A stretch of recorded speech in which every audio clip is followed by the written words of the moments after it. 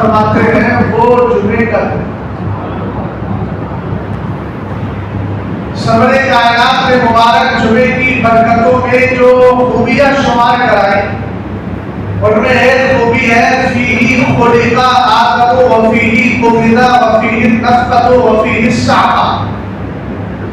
फरमाया जुमे का दिन ही वही दिन है जिसमें हजरत आदम अबुल बशर दुनिया में तशरीफ लाए, और यही वो दिन है जिसमें हजरत आदम अलैहिस्सलाम का विसाल हुआ, और इसी दिन सूर फूका जाए।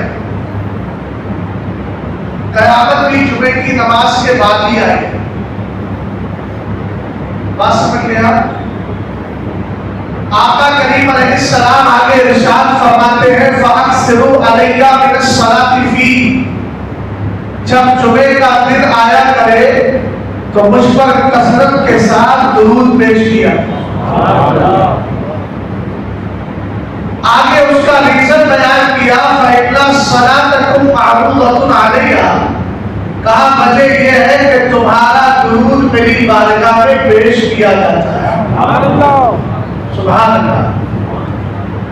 सहाबा इकराम तो बहुत समझदार भी है, वफादार भी है, तक़वाज़ार भी है, नेकोकार भी। आका करीम अलैहिस्सलाम की बारगाह में अर्ज़ करने लगे कैफ़ा तुअरदु सलातुना अलैका वक़द अरिफ़ता यानी मलैका। कहते मदीने के ताजदार एक बात को बताएं, हमारा दुरूद आपकी बारगाह में पेश किया जाता है जब आप दुनिया से बज़ाहिर तशरीफ ले जाएंगे और आपका जिस्म कब्र के अंदर बोसीदा हो जाएगा। ये सहाबा का सवाल है, अकीदा नहीं है। अगर समझ रहे होते तो सुभान अल्लाह। ये सहाबा का सवाल है, अकीदा अकीदा क्या है वो आपको मैं एक दो जुमलों में बता दूं। सहाबा ने अर्ज़ किया वक़द अरिफ़ता, मदीने के ताजदार ये तो बताए कि आपके विसाले कुर्बान के बाद भी आपकी बारगाह में हम उम्मतियों का सलाम दुरूद पेश किया जाएगा। मेरे नबी अलैहिस्सलाम के सहाबा ने कहा वक़द अरिफ़ता, जबकि आपका जिस्म कब्र में बोसीदा हो चुका होगा। ये सवाल की शक्ल में है। तब मेरे नबी ने फरमाया सुनो मेरे सहाबा, इन्नल्लाह तआला हर्रमा अलल अर्दी अन ताकुला अजसादल अंबियाई फनबियुल्लाहि हय्युन युरज़क़। अल्लाह ने जमीन पर हराम कर दिया है कि वह नबियों के जिस्मों को खाए, तो सारे नबी अपनी कब्रों में जिंदा है और उनको रोज़ी भी अता की जाती है। सुभान अल्लाह। मैं बात अकीदे की कर रहा हूं, और जब बात अकीदे की आए तो इज़हार अकीदत किया करो, वरना फिर हमारे इस मोहब्बत के तकाज़े का खिलाफ हो जाएगा। बोलो सरकार, अच्छा बोलो। रात मेरी सारी तकरीर इसी मौजू पर हुई है। तकरीबन 1-1.5 घंटा जो भी मैं बोला हूँ उसके उन्वान मुझे यही लिखा गया था, मगर मैं यहाँ पर दूसरे उन्वान पर गुफ्तगू करूँगा। अज़मत अहले बैत मुझे गुफ्तगू करना है, ताकि जो लोग ये कहते नजर आते हैं कि बरेलवी तो अहले बैत की शान बयान करते ही नहीं। हमने कहा जो शान अहले बैत की बरेलवी बयान कर देता है, जुमला बोल दूं तो कमरा नहीं है, बहुत दुश्मन नहीं है, किसी की माई ने इतना दूध नहीं पिलाया है जो बरेलवियों की तरह इससे अहले बैत बयान कर सके। आप कहेंगे वजह क्या है? मैं कहूँगा नाम अगर किसी के यहाँ ये शेर पाया जाता हो, तेरी नस्लें बांट ले है बच्चा बच्चा दूर का, दूध लाए दूध तेरा सब घराना दूर का।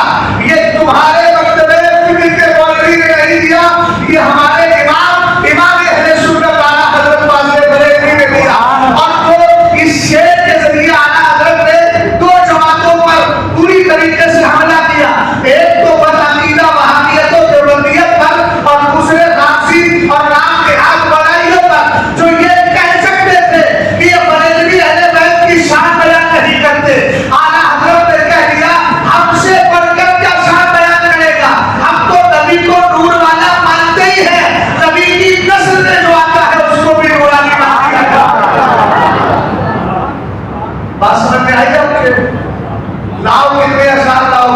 हजरत अली की अकॉर्डिंग ऑफ डिक्शनरी कहे, अकॉर्डिंग ऑफ उर्दू मुहल्ला कहे, अकॉर्डिंग ऑफ लैंग्वेज कहे, समाज के एतबार से अगर किसी ने आला हजरत की तरह उर्दू जबान में हजरत अली की शान बयान की हो तो किताब दिखाओ, मैं तो आला हजरत की बदलाव कमरा नामी किताब उठा कर ले आऊं।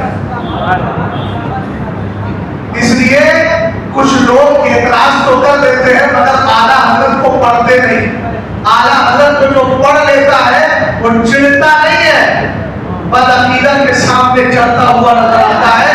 कहता है सुन, वादी रजा की कोहे हिमालय रजा का है, जिस शब्द देखिए वो इलाका रजा का है। जो है सहाबा इकराम ने जब निराज किया तो मेरे नबी ने फरमाया अल्लाह ने जमीन पर हराम कर दिया। एक बात बता दो, बस सरकार की हयात पर जो मेरी रात की गुफ्तगू हुई उसमें एक नुक्ता बेहोश गुजार करके बात को आगे बढ़ाता। जब किसी का इंतकाल होता है तो उसकी रूह की पोजीशन वही होती है जो उसके जिस्म की पोजीशन होती है। क्या मतलब?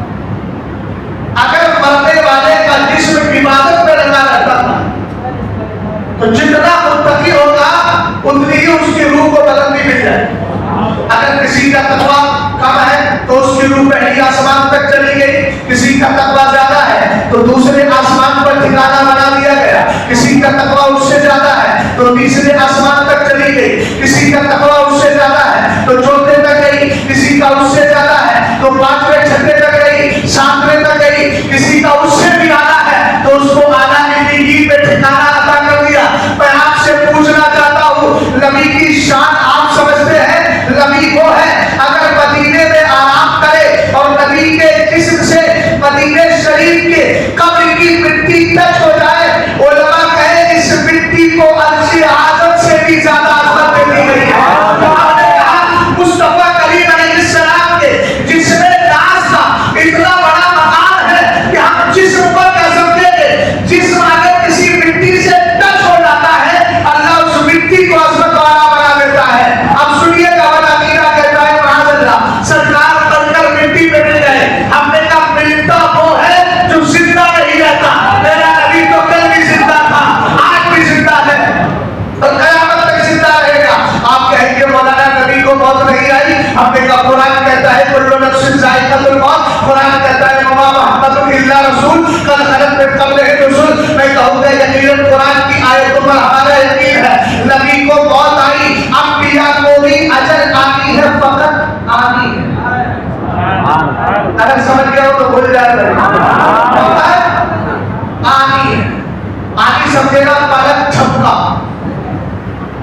इतनी देर के लिए अंबिया को मौत आई ताकि अल्लाह की आयत का वादा पूरा हो जाए। जल्दी बोलिए क्या हो जाए? अच्छा, फिर नबी की जिस्म को, नबी के जिस्म से रूह को थोड़ी देर के लिए आने वाली के लिए निकाल कर नबी के जिस्म ही की तरफ रिटर्न कर दिया गया। वजह क्या है? अगर इसको समझेंगे इंशाअल्लाह, मैं देखता हूँ कौन खामोश है। वजह यह है कि अगर वो तकी कम था तो पहले आसमान तक दूसरा था, तो दूसरे आसमान तक तीसरा था, तीसरे आसमान तक चौथा था, चौथे तक, पांचवें तक, छठे तक, अर्श मुअल्ला तक। मैंने कहीं उस नबी की रूहे पाक की बात कर रहा हूँ जिसका कदमे रात अर्श पर पड़ा तो अल्लाह ने अर्श को इज्जत अता फरमा दी। तो नबी की रूह को निकाल कर नबी के जिस्म की तरफ इसलिए रिटर्न किया गया कि कोई और मकाम नबी के जिस्म से इसलिए नबी की रोहे पाक सबसे ज्यादा बलंद और उसके लिए सबसे बड़ा मकाम चाहिए था। हमने जो कायनात में सारे मकामात को देखा तो नबी के जिस्म से बलंद मकाम कोई नहीं। इसलिए अल्लाह ने नबी की रूह को निकाल कर फिर नबी के जिस्म में रिटर्न कर दिया ताकि ज़माने को पता चल जाए न नबी के जिस्म की कोई मिसाल है न नबी के रूह की कोई मिसाल है।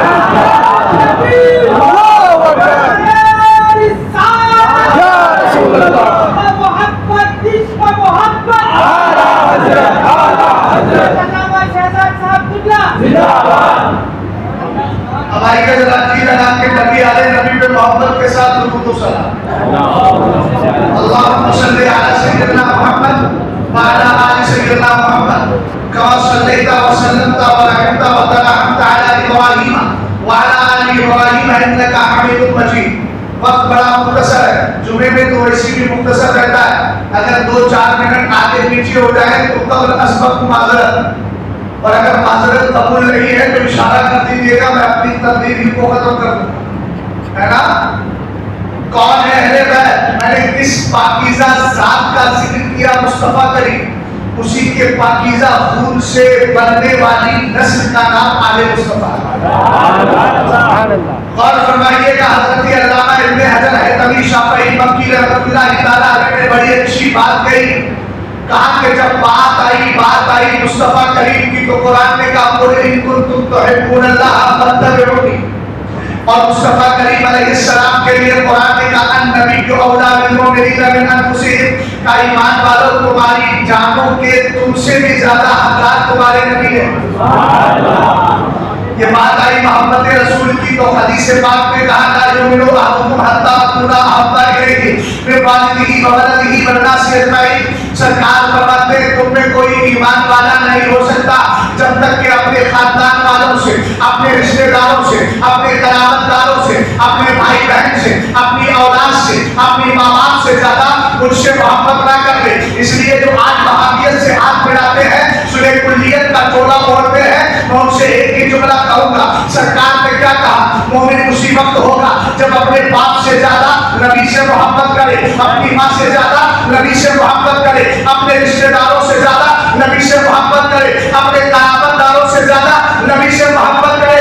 अगर कोई वहाबी से दोस्ती करता है, पर अकीदा से दोस्ती करता है, फिर कहता है मियां मुझे नबी से मोहब्बत है, मैं कहूंगा तू झूठा है। इसलिए कुरान ने कहा ला तजिदु कौमन युमिनूना बिल्लाहि वल यौमिल आखिर युवादूना मन हादल्लाह व रसूलहु वलौ कानू आबाअहुम औ अबनाअहुम औ इखवानहुम औ अशीरतहुम उलाइका कतबा फी कुलूबिहिमुल ईमान। ये 28वां पारा है, सूरह मुजादला है, सबसे आखिरी आयत है। कुरान कहता है महबूब जो अल्लाह और नबी पर ईमान रखते हैं आप उनको ऐसा नहीं पाओगे। कैसा नहीं पाओगे? एक तरफ तो तेरी मोहब्बत का नारा करे और दूसरी तरफ तेरे दुश्मनों से दोस्ती रखे, और मेरे दुश्मनों से दोस्ती रखे। मेरे पाक परवरदिगार अगर उनका पाक पर अकीदा हो जाए तो कुरान ने कहा वलौ कानू आबाअहुम औ अबनाअहुम औ इखवानहुम औ अशीरतहुम, अगर उनका बाप भी बदअकीदा हो जाए उसको भी छोड़ना होगा, अगर भाई बदअकीदा हो जाए उसको भी छोड़ना होगा, खानदान बदअकीदा हो जाए उसको भी छोड़ना होगा, रिश्तेदार बदअकीदा हो जाए उसको भी छोड़ना होगा। मेरे पाक परवरदिगार अगर किसी ने तेरी और मेरे महबूब की मोहब्बत में इन गुस्ताखों को छोड़ दिया, इनाम क्या मिलेगा? कुरान कहता उलाइका कतबा फी कुलूबिहिमुल ईमान, यही वो लोग हैं जिनके दिलों में हमने ईमान की मोहर लगा दी है। भाई ये सुनिए, मुझे समझ में नहीं आती, मैंने कुरान से आयत दलील दी, आला हज़रत की कोई दलील नहीं दी है। मैंने हज़रत अल्लामा हुज्जतुल इस्लाम इमाम गज़ाली की दलील नहीं दी, कुरान के 28वें पारे की दलील दी। और जो लोग मुसलमान यहाँ बैठा है सब पर जरूरी है कि कुरान की आयत पर यकीन रखे, और जब रखता है तो उस पर अमल भी करे। ये आखिर परेशानियां क्यों आती है कि सबके साथ हाथ मिला लिया जाए? मैंने कहा अगर आपने करबला को समझा होगा, करबला में बात अकीदे की रही, करबला में बात अकीदे की रही, करबला में बात अमल की थी। इसलिए कि वो फासिदे मौलिद था, उसके हाथ पर बैठ का मसला था। हमने कहा जब बात अमल किया जाए और मसला हमको बातिल का हो तो हुसैन गर्दन कटाकर दुनिया वालों को बता देता है अमल और अकीदे की बात नहीं, हक जिधर आ जाए उसी को कबूल कर लिया जाए। उसके लिए गर्दन करती है तो करवा लेना, इसलिए कि हम बातिल के साथ नहीं है, हम तो हक के साथ है, वालों के साथ। बात समझ गए? और बहुत सारे हमारे, उनको क्या बोलूं, जेंटलमैन बोलूं, बीबी आईपी बोलूं, क्या बोलूं उनको? अगर जरा सा बदअकीदा गलत हो जाए तो लगता है उनके वालिद को तकलीफ में, उनके वालिद को गाली दी जाए कि मैंने कहा नबी के गुस्ताखों को ना हमने कल छोड़ा था, ना आज छोड़ा है, ना क़यामत तक कभी छोड़ेंगे। किसी के दिल को तकलीफ होती है तो होने दो, हमने तो आला हज़रत के मसलन पे पढ़ा है काम को ले ली तुमको जो राजी करे। और हमारे पास हज़रत उमर फारूक आजम की जिंदगी आइडियल है। हमें किसी को अपना आइडियल नहीं बनाना। ये आज के दौर के क्या आइडियल बनेंगे, न जिनका अमल मोतबर है, न जिनकी अकीदे मोतबर है, न जिनकी फिक्र मोतबर है, न जिनका हाल लगता है कि ये मुसलमान जा रहे हैं। हमारा आइडियल तो हजरत अबू बकर सिद्दीक अकबर है, हमारे आइडियल हजरत उमर फारूक आजम है। बात चल रही थी हजरत अल्लामा इब्ने हजर हैतमी शाफई मक्की कहते हैं, जब बात मुस्तफा की आई तो सरकार ने कहा ईमान वाले उसी वक्त बन पाओगे जब सबसे ज्यादा मोहब्बत किससे करो, जल्दी बोलो। हमने कहा इधर कुरान पाक की आयत करीमा, उधर मुस्तफा की हदीस ने बता दिया नबी से मोहब्बत करना है, नबी से मोहब्बत करना है। लेकिन जब बात अहले बैत की आई तो कुरान ने कहा कुल्ला असअलुकुम अलैहि अजरन इल्ला मवद्दत फिल कुर्बा। कुरान ने कह दिया सुनो सुनो, अल्लाह तुमसे सिर्फ यही कहता है कि मुस्तफा करीम अलैहिस्सलाम के घर वालों से मोहब्बत करो। उधर नबी की मोहब्बत लाजिम, इधर अहले बैत की मोहब्बत लाजिम। बोलो तो सही सुभान अल्लाह। सुन्नतें पढ़ने का वक्त दिया जाएगा तब सुन्नतें पढ़ लीजिए, अभी बोलते जाइए। और हम लोग काती हैं, कातियों के हाथ जिक्र की जहां जोर से जिक्र करने की बड़ी कदर है। मस्जिदों में शोर थोड़ी करते हैं। बोलो, जिनके जहन खराब है वो कहते हैं इतनी जोर जोर से सलाम पढ़ते हैं, शोर करते हैं। हमने का शोर अलग होता है, मोहब्बत का जोर अलग होता है। ये शोर नहीं है, ये मोहब्बत का जोर है। और इज़हार मोहब्बत को किसी भी अंदाज में आदमी करे, बस मुवाफिक शरअ होना चाहिए। बात समझ गए ना? एक चीज समझे। दूसरी चीज ये है कि अल्लाह ताला ने मुस्तफा करीम अलैहिस्सलाम को पाक बनाया, साफ सुथरा बनाया, तय्यब बनाया, मुनक्का बनाया, मुसफ़्फ़ा बनाया, मुज़क्का बनाया। मेरे नबी इतने पाक, इतने पाक, इतने पाक कि अगर कोई नबी से जुड़ जाता है उसको भी पाकी मिल जाती है। पाकी की बात आ गई। अब आइए जरा अहले बैत की बात चलती है तो कुरान कहने लगा इन्नमा युरीदुल्लाहु लियुज़हिबा अन्कुम अर्रिज्सा अहलल बैति व युत्तहिरकुम तत्हीरा। अल्लाह तो यही चाहता है कि तुम अहले बैत से गंदगी को दूर कर दे और तुम्हें खूब साफ सुथरा कर दे। लेकिन आपने दो चीजें पाई गई, उसके बाद तीसरी चीज की बारी आती है। जब मेरे नबी की बारी आई तो कुरान ने कहा या अय्युहल्लज़ीना आमनू सल्लु अलैहि व सल्लिमू तस्लीमा। ऐ ईमान वालों, मेरे नबी पे दुरूद भी भेजो, खूब सलाम भेजो। और जब अहले बैत की बारी आई तो मुस्तफा के साथ नमाज में सलाम भी रखा गया, दुरूद भी रखा गया। दुरूद में कहा अल्लाहुम्मा सल्ली अला मुहम्मद व अला आलि मुहम्मद। हमने इमाम साहब किबला है ना, इमाम साहब को पकड़ लिया। मैंने कहा नमाज पढ़ाने खड़े हुए थे, बोले हाँ मैंने नियत कर दी थी। कहने लगे मैंने नियत की थी वास्ते अल्लाह ताला के। मैंने कहा इसका मतलब ये है कि नमाज में रुकू अल्लाह के लिए, सजदा अल्लाह के लिए, क़ियाम अल्लाह के लिए, तहियात अल्लाह के लिए, तस्बीह अल्लाह के लिए, तहलील अत्तहियात अल्लाह के लिए। मगर लास्ट में आपने कहा अल्लाहुम्मा सल्ली अला व अला, अच्छा बोलो व अला। सरकार ने फरमाया ला तुसल्लु अलैहि सलात मतलब उस पर अनकंप्लीट दुरूद ना पढ़ा। साहबा ने अर्ज किया हुजूर ये अनकंप्लीट दुरूद क्या है? फरमाया तक़ुलूना अल्लाहुम्मा सल्ली व तुसिफून, तुम बस इतना कहो अल्लाहुम्मा सल्ली, उसके बाद अला मोहम्मद के बाद व अला आलि मोहम्मद ना कहो। ये है अनकंप्लीट दुरूद। पूरा दुरूद क्या है? कहो अल्लाहुम्मा सल्ली अला मोहम्मद व अला आलि मोहम्मद। लेकिन ये नाजायज नहीं है। अगर किसी ने अल्लाहुम्मा सल्ली अला मोहम्मद कह के छोड़ दिया तो नाजायज नहीं। मोहब्बत का तकाजा ये है कि दुरूद में नबी की आल को भी शामिल करें। समझ गए ना? अरे बात समझे कि नहीं समझे आप? गौर फरमाइएगा। सरवरे कायनात सल्लल्लाहु तआला अलैहि वसल्लम ने हमें जो नमाज दी उस नमाज के आखिर में क्या है? अल्लाहुम्मा सल्ली अला मुहम्मद। मैंने कहा इमाम साहब नमाज अल्लाह के लिए है, दुरूद मुस्तफा करीम पर लास्ट में रखा गया। क्यों रखा गया? कहा अल्लाह जानता था मेरे महबूब की उम्मत की नमाजों का हाल ये होगा। आप बैठेंगे मस्जिद में नियत बांधे गया, किसी का ख्याल चला जाएगा कपड़े की दुकान पर, किसी का जाएगा गोश्त की दुकान पर, कोई अपनी तिजारत के बारे में सोच रहा होगा। इधर इमाम साहब की खिरात चल रही है, इधर ये दिन भर का हिसाब लगा रहा है। इसलिए नमाजों की कमी को दूर करने के लिए नमाज के आखिर में दुरूद मुस्तफा किया गया। एक ने मौलाना जरा ये तो बताइए नबी की आल पर दुरूद क्यों रखा गया? कहा अगर नमाज की कमी दूर करना है मुस्तफा पे दुरूद पढ़ता जा, और अगर दुरूद मुस्तफा को बारगाह मुस्तफा में कबूल कराना है तो आले मुस्तफा पे दुरूद पढ़ना।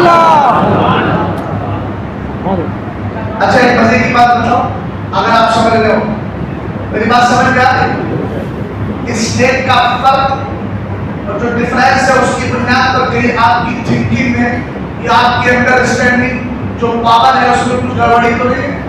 उर्दू आती है आपको? बिल्कुल आती है। अब उर्दू नहीं आएगी तो फिर उर्दू समझेंगे कैसे, है ना?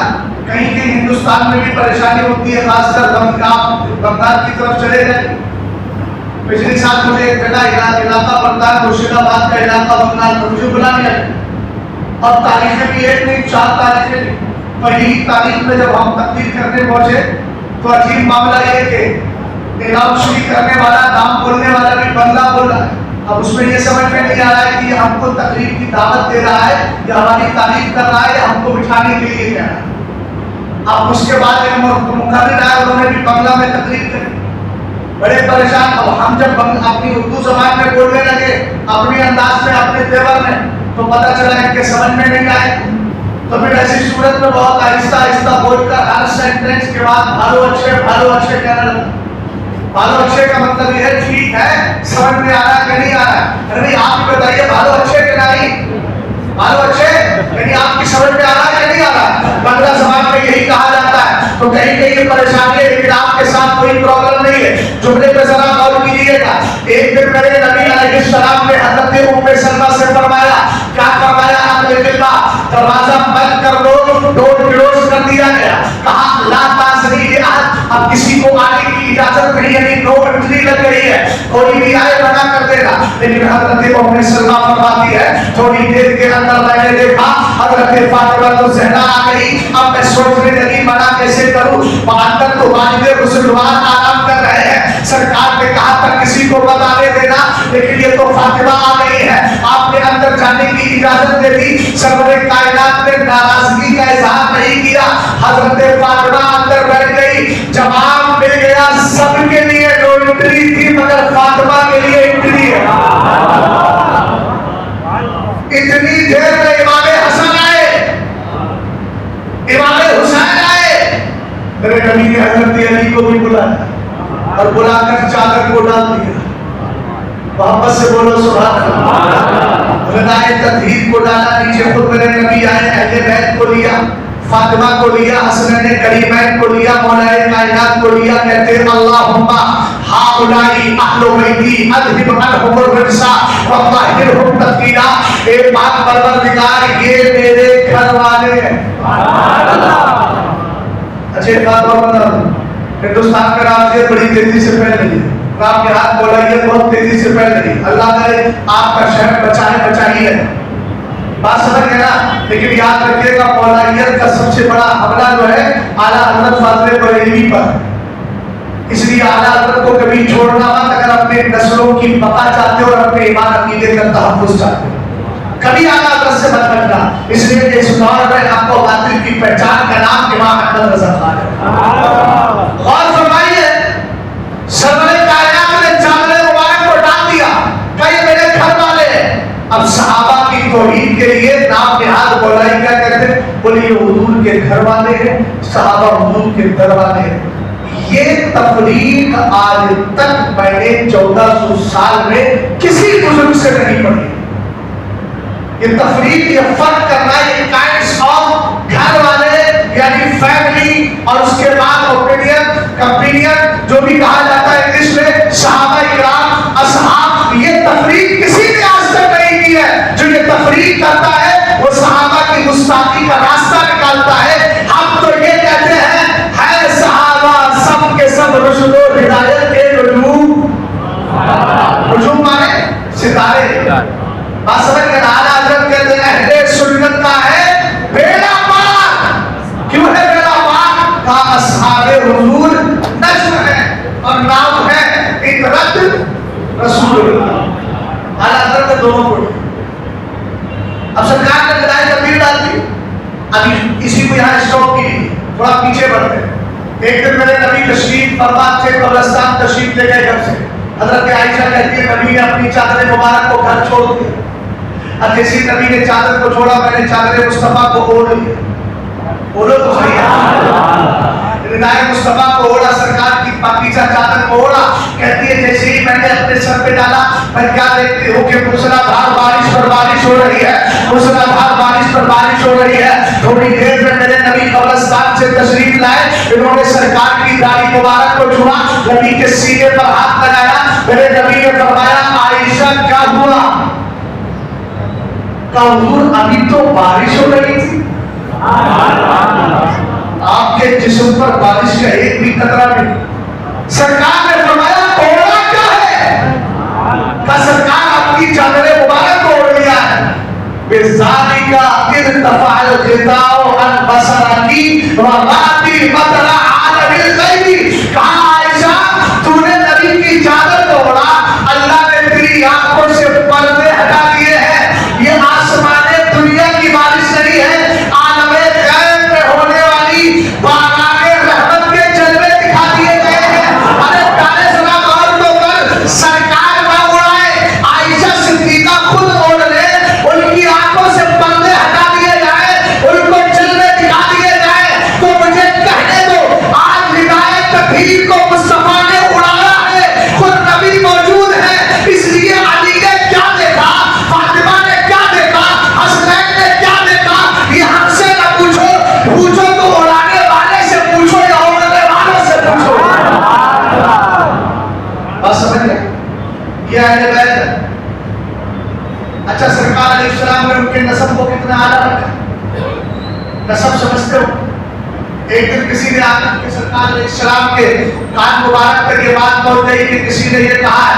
क्या कहा है? मुस्तफा करीम अलैहिस्सलाम को पता चला, कोई कहने वाला कहता है कि आका करीम अलैहिस्सलाम का नस्ब क़यामत के दिन फायदा थोड़ी देगा।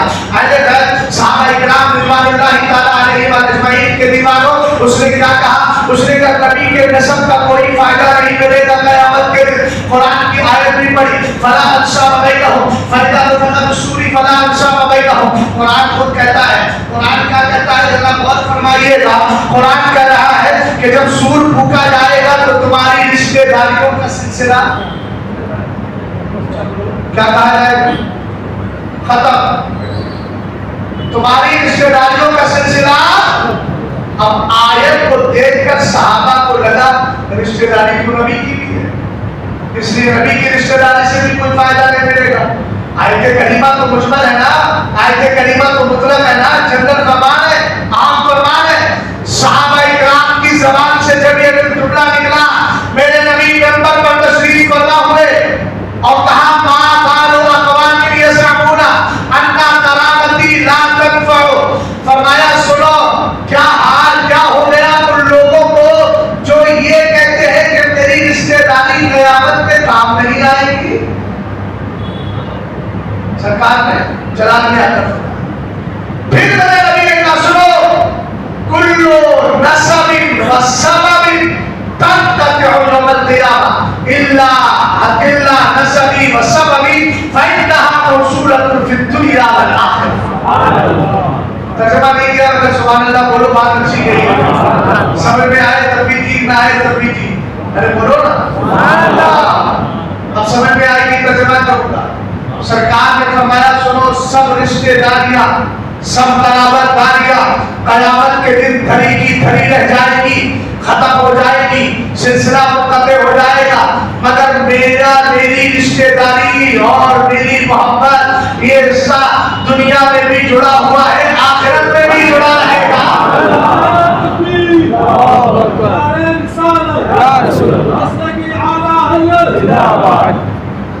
भैया समझ में आया?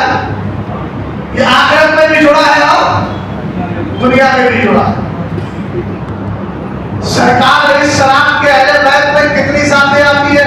हालांकि एक बात बता दूं, हजरत मीर अब्दुल वाहिद बिलगिरामी का नाम सुना है? बिलगिराम शरीफ वाले सुना है? सैयद उवैस मियां साहब क़िबला, बादशाह मियां साहब क़िबला नाम के सरदादा है। वहीं पर एक बुजुर्ग है हजरत मीर अब्दुल वाहिद बिलगिरामी, उन्होंने फरमाया अहले बैत की 3 किस्में हैं। जल्दी बोलो कितनी? 3 किस्में हैं। पहली किस्म क्या है? असले अहले बैत, दूसरे हैं दाखिले अहले बैत, तीसरे हैं लाहिले अहले बैत।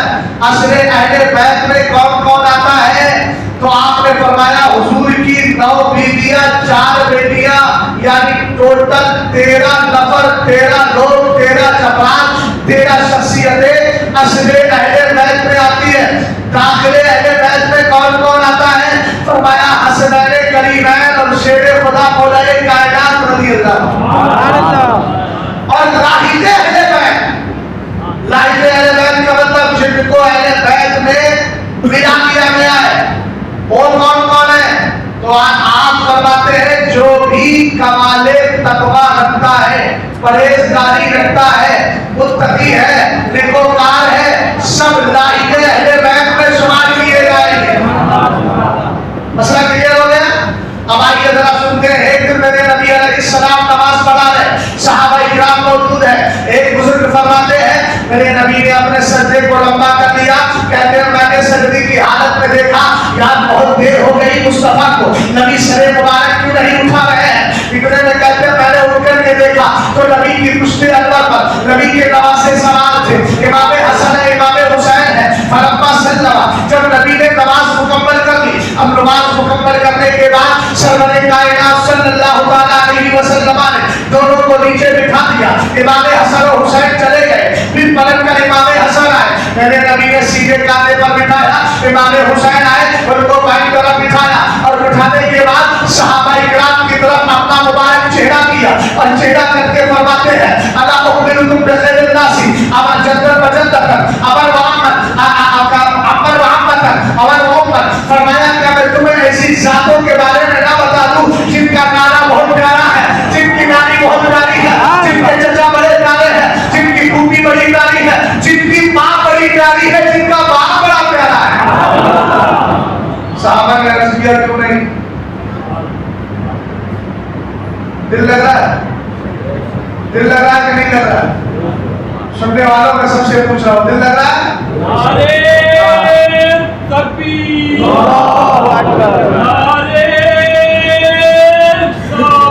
या रसूल अल्लाह,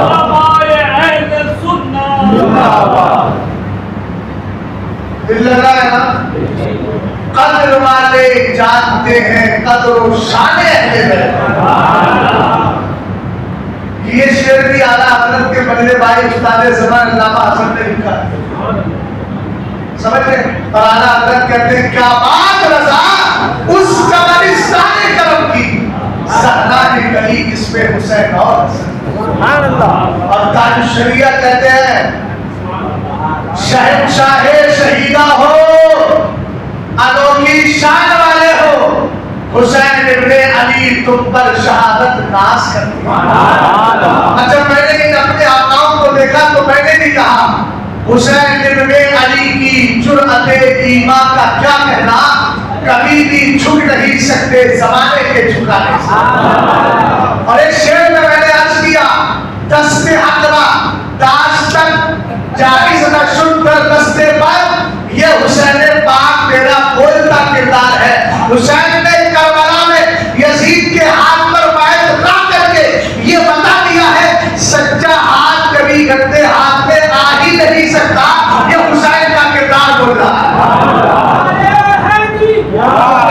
अच्छा एक बात मैं आपको और अर्ज करूं, एक बात और अर्ज करूं, मेरे इमाम ने इमाम अली मकाम ने यजीद के हाथ पर बैत नहीं की, गर्दन मुबारक शहीद कराना पड़ी। आज लोग कैसे अहले गैर पीर को अपना पीर बना लेते हैं, न जिसका अकीदा महफूज है, न जिसकी दाढ़ी पूरी है, दोनों मुठियां पहने हुए हैं, कोई कह रहा है जिंदा बनी है। रात हम एक जगह गए हैदराबाद में तकरीर करके एक साहब कहने लगे हजरत हमारे यहाँ भी कुछ कदम रखते हैं। हमने कहा चलिए भाई। जब गए तो कौतमी लंबी सी तस्वीर लगी हुई है। मैंने कहा कौन है? बोले जिंदा बनी। मैंने कहा खुद परस्ती ऐसी तो शुरू हुई थी, जरा पढ़ो तो सही 29वें पारे को, तब आपको समझ में आएगा। 1000 साल तक दुनिया में आदम से लेकर हजरत नूह अलैहिस्सलाम तक कोई काफिर नहीं था। 9 सदियां तकरीबन ऐसी गुजरी है जिनमें जमीन पर कोई काफिर नहीं रहा। हाबील और काबील का मसला कुफ्र का नहीं था, बराबरी का था, उसने तर्क किया था अपने भाई, बात समझिए ना। लेकिन हरकत उसमें कुफ्र का मसला नहीं था। 900 साल तक कुफ्र बाकी रहा, कुफ्र नहीं आया, कुफ्र पाया नहीं गया, सब अहले ईमान थे।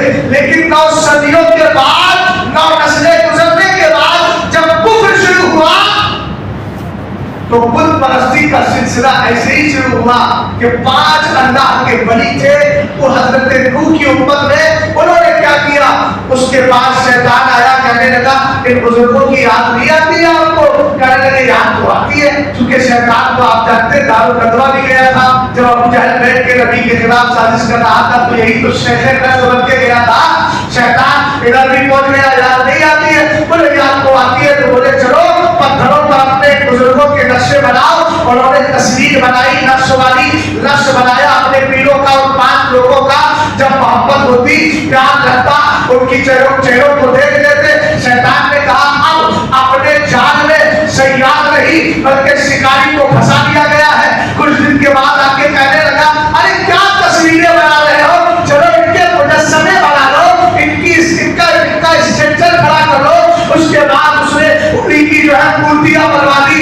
अब मूर्ति बनवाने के बाद कहता है यही तो तुम्हारे माबूद है, चलो इन्हीं को पूजो माअज़ल्लाह। इस तरीके से बुत परस्ती शुरू हो गई।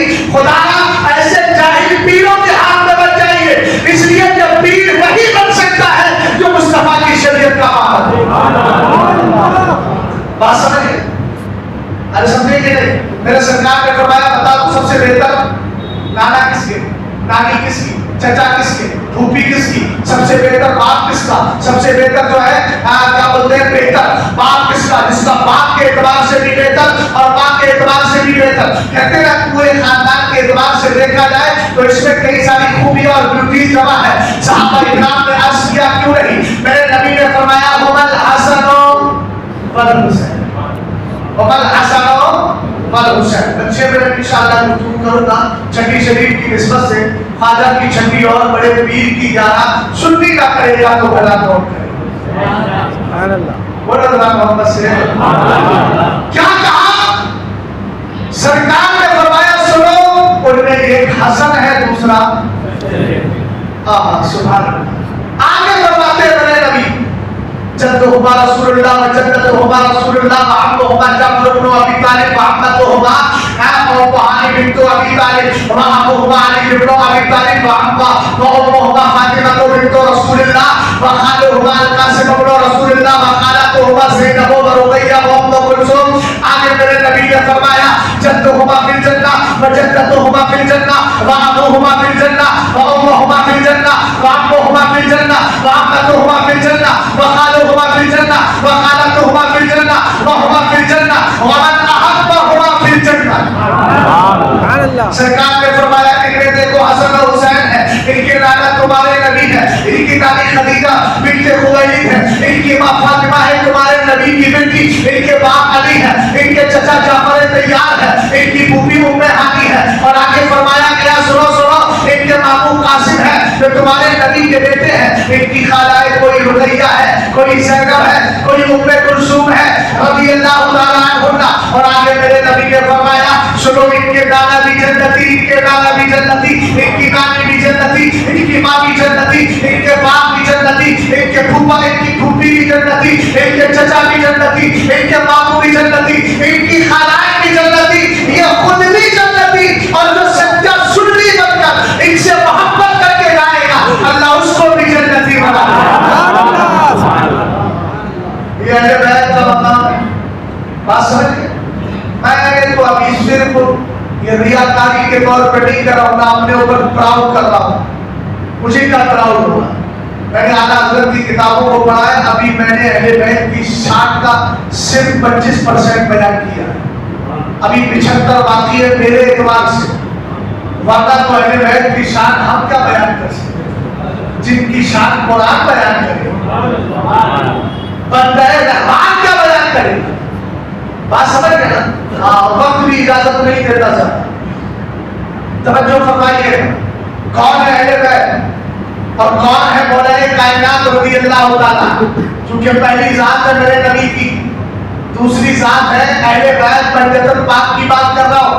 वरना सुन्नियों के यहाँ नबी और रसूलों के बाद अफजलुल बशर इबादत अंबियाए बित्तहकीक अबू बकर सिद्दीक़ है।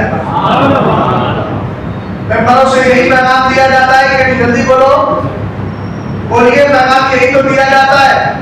अल्हम्दुलिल्लाह उस पर हमारा अकीदा भी है और ये वो अबू बकर है जिनकी खिलाफत के लिए खुद मौला अली ने हाथ रख के बैन कर दी थी। सुन्नियत भी इसी चीज का नाम है। खुद मौला कायनात कहते हैं मेरे नबी ने इरशाद फरमाया अफ़बतुकुम अला सिराती यौमल क़ियामह अशद्दुकुम हुब्बन लि अहली बैती व असहाबी। फरमाया सुबह क़यामत के दिन पुल सिरात से वही गुजर पाएगा जो मेरे सहाबा और अहले बैत दोनों से टूटकर मोहब्बत किया करता है। दोनों को शामिल किया। अरे समझे मेरी बात? आइए जरा आगे बढ़ते। फतेह मक्का का मौका है। मेरे नबी ने हजरत अली से कहा नहीं मेरे कांधों पर चढ़ जाओ, खाने काबा के ऊपर जो मजबूत है इसको गिरा। हजरत अली ने क्या कहा मुस्तफा करीम मैं नहीं चढ़ पाऊंगा इसलिए कि आपके मुबारक कांधे मेरे पैर, मेरी मोहब्बत इसका तकाजा, मेरी मोहब्बत का तकाजा इसकी इजाजत नहीं देता। हुजूर आप चढ़ जाए, आप सवार हो जाए। मेरे नबी ने कहा तुम नबुव्वत का बोझ नहीं उठा सकोगे। अब जब हिजरत की रात थी मेरे नबी अलैहिस्सलाम के साथ अबू बकर सिद्दीक़ अकबर और अबू बकर सिद्दीक़ अकबर एक दिन मेरे नबी तशरीफ फरमा होकर मक्का शरीफ में बैठकर सहाबा से कहते मेरे यारों अब करीब में मक्का शरीफ से हिजरत करके मदीना चला जाऊंगा, मगर ऐसे वक्त में जाऊंगा जब तुम्हें खबर नहीं होगी। जुमला बिल्कुल सेंटेंस बिल्कुल साधारण है, आसान है, जनरल है। सहाबा ने सुना, सुनकर सब घर चले गए, मगर इस सेंटेंस से जुमले से जो रिजल्ट हजरत अबू बकर ने निकाला वो किसी ने नहीं। हजरत अबू बकर सिद्दीक़ अकबर रज़ियल्लाहु ताला अन्हु भी घर चले गए, लेकिन जब हिजरत की रात आई जिब्रील अमीन ने रात में आकर का हुजूर चले शबे हिजरत आ गई है। मेरे नबी घर से निकले, दरवाजा खोला, जैसे ही दरवाजे पर आए देखा अबू बकर पहले से इंतजार कर रहे हैं। क्या करके सारे मोहब्बत कीजिए, बहुत कीमती जुमला कहने जा रहा। सारे अहले मस्जिद की तवज्जो चाहता हूं, बाप बड़ा नमाज से सुभान अल्लाह बोलिए। आपकी सलाह हजरत अबू बकर सिद्दीक़ अकबर के बाद जिब्रील नहीं आए थे, जिब्रील तो मेरे नबी के पास आए।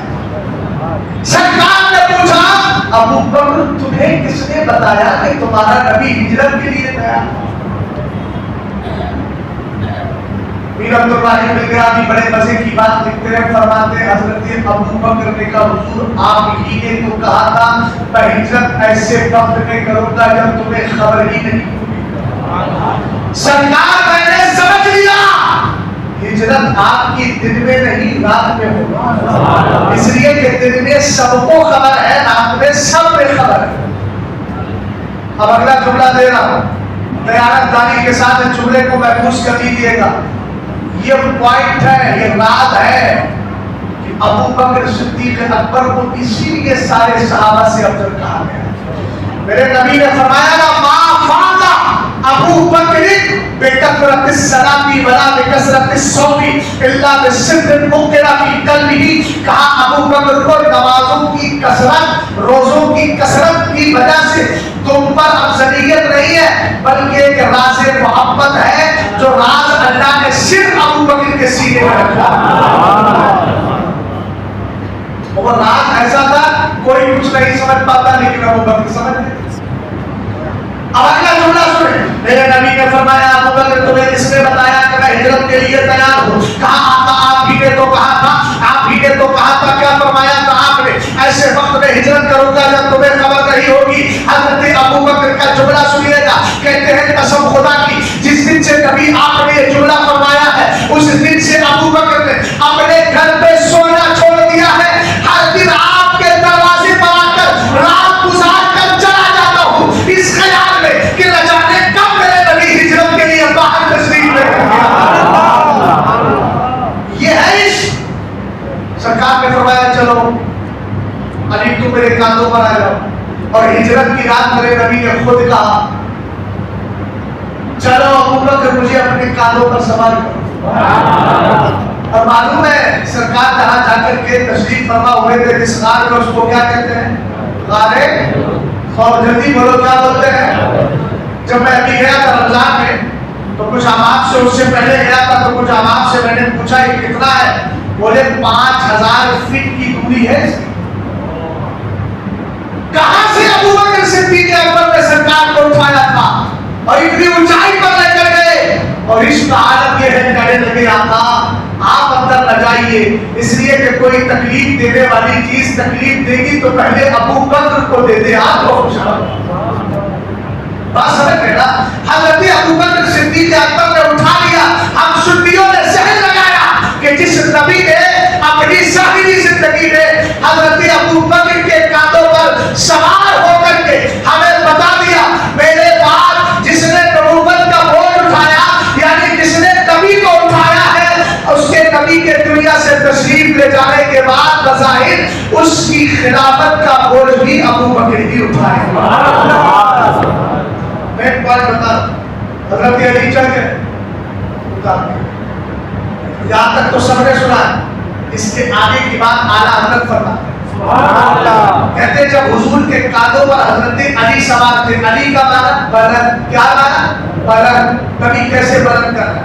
कहते हजरत अली जब मैं सरकार के कांधों पर सवार था तो कहते इन्नहु ला युखय्यलु इलैया अन्नी लौ शि'तु लनिलतु बस्समा, कब इतना ऊंचा हो गया था कि मुझे ख्याल गुजरता था चाहूं तो नबी के कांधे पर सवार होते हुए भी आसमान का किनारा छूऊं। ये हजरत अली का ये स्टेटमेंट मेरा नहीं है, ये हजरत अली का कहा कि मैं इतना ऊंचा महसूस कर रहा था कि अगर चाहता तो हाथ बढ़ा के आसमान के किनारे को छू सकता था। मैंने कहा जब अली आसमान के किनारे तक पहुंच गए तो अली की नजर लौहे महफूज पर भी गई होगी, बोलो गई होगी कि नहीं? अरे क्यों नहीं जाएगी? जब हजरत अली के लगते जिगर सैयदना गौसे आजम कहते हैं इन्ना सुहदा वशिद्दा सुहदा वल अशकिया लजो रसूल अलैया वाइदी बिल्लाहि महफूज, फरमाया अच्छी बुरी तकदीर वाले लोग मेरे ऊपर पेश किए जाते हैं और मेरी नजर लौहे महफूज पर जमी होती है। आला हजरत कहते हैं मेरी तकदीर बुरी हो तो भली कर दे, गौसे आजम से अर्ज कर रहा है मेरी तकदीर बुरी हो तो भली कर दे, कि है महब का माना मिटाना, इस बात का माना बाकी रखना। रजिस्टर में किसको मिटाना है, किसको बाकी रखना है, जो किस्मत का रजिस्टर है। कहा कि है अगर मेरी तकदीर बुरी हो तो भली कर दे, कि है महबूब इस बात पे कि दफ्तर पे करोड़ा तेरा, यानी आप ही का इख्तियार है किस पर, उसी रजिस्टर पर। मैंने कहा जब अबू बकर हजरत अब्दुल कादिर जिलानी की ये शान है तो शेर खुदा मौलाए कायनात की शान क्या होगी? ए अली, जब अबू बकर सिद्दीक अकबर खलीफा बनाए गए आपने इनकार क्यों नहीं किया? आप कहते थे मैं खलीफा नहीं मानता, कहते मेरे मौलाए कायनात, अरे इनकार वो करे जिसके पास थ्योरी ना हो, इनकार वो करे जिसके पास प्रैक्टिकल ना हो। मैंने तो नबी के कांधों पर सवार होकर लौहे महफूज में देख लिया था कि नबी के बाद इंतकाल के बाद पहला खलीफा कोई और नहीं अबू बकर सिद्दीक अकबर। इसलिए मैंने सुन्नत वल जमात है अपने अकीदों की हिफाजत कीजिए। सबसे बड़ी बुनियादी चीज अकीदा है। अगर आपके अकीदे में जरा भी गड़बड़ी आ जाए, अल्लाह खुदा ना करे, तो बिदअती और गुमराह। और सरकार फरमाते अल्लाह किसी बिदअती की कोई नमाज, कोई इबादत, कोई हज, कोई उम्रा कबूल नहीं करता। इसलिए पहले इसको संभालिए, जब ये समझ जाए तो फिर अल्लाह की बारगाह में सजदे कीजिए, इंशाअल्लाह ये सजदे आपके कबूल होंगे। इस्लाम जिंदाबाद, मुसलमान जिंदाबाद। अस्तगफिरुल्लाह रब्बी मिन कुल्लि ज़ंबिन व अतूबु इलैह। अस्सलामु अलैकुम व रहमतुल्लाहि तआला व बरकातहू।